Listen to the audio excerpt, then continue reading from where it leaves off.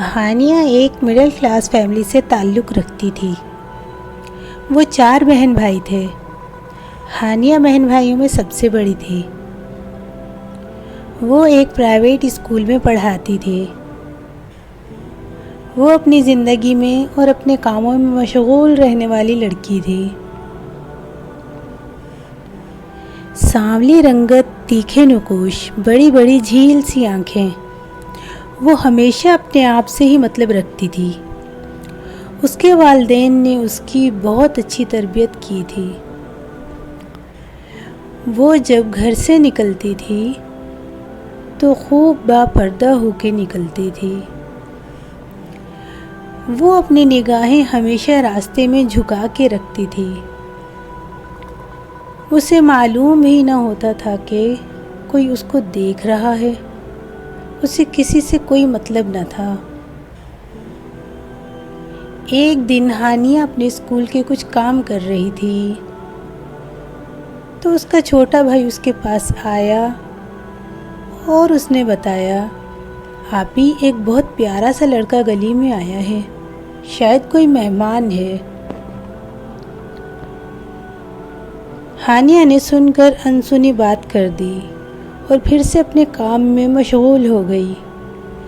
کچھ دن بعد ہانیہ کی والدہ نے باتوں باتوں میں اس سے بتایا کہ ایک پیارا سا لڑکا ہے، گلی میں بہت آنے لگا ہے۔ ہانیہ کے محلے میں ایک ایسا گھر بھی تھا جہاں منشیات فروخت ہوتی تھی۔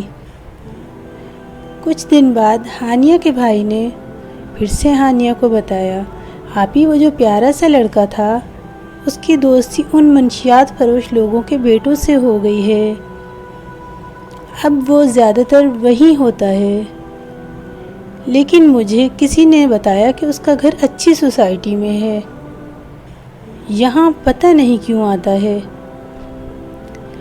اور پھر ہانیہ کی طبیعت خراب رہنے لگی اور ہانیہ نے اسکول کی جاب چھوڑ دی۔ اور کچھ دن بعد پتہ چلا کہ وہ لڑکا بھی نشہ کرنے لگ گیا ہے۔ اس کی حالت بھی بگڑتی جا رہی تھی۔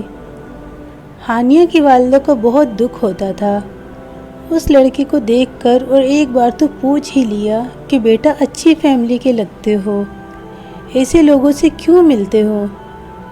اس نے کچھ جواب نہ دیا۔ پھر کچھ دن بعد اس لڑکے کی حالت بہت خراب ہو گئی، بیمار ہو گیا، اور پھر اس نے اس گلی میں آنا چھوڑ دیا۔ کچھ لوگ کہتے تھے اس کا انتقال ہو گیا ہے اور کچھ کہتے تھے وہ کہیں شفٹ ہو گئے۔ ہانیہ کو اس سب سے کچھ لینا دینا نہیں تھا، اس لیے وہ اپنے کاموں میں مشغول رہتی۔ کچھ دن بعد ہانیہ کے پڑوس میں قرآن خوانی تھی۔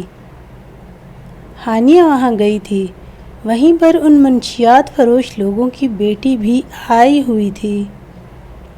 وہ ہانیہ کو جانتی تھی۔ وہ ہانیہ کے پاس آئی اور اس نے ہانیہ سے کہا، کیا تم اس لڑکے کے بارے میں جانتی ہو جو گلی میں آتا تھا؟ ہانیہ نے بتایا، جی سنا تو ہے۔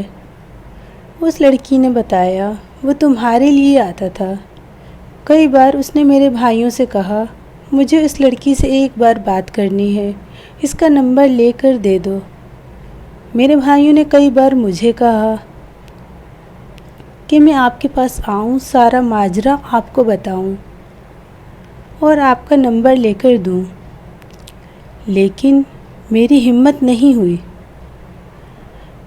ہانیہ تو یہ سب سن کر بالکل دنگ رہ گئی، کیونکہ اسے تو کسی بات کا کوئی علم نہیں تھا، اور اس سے بہت دکھ ہوا کہ جس کو اس نے دیکھا بھی نہیں، اس کی زندگی ہانیہ کی وجہ سے خراب ہو گئی۔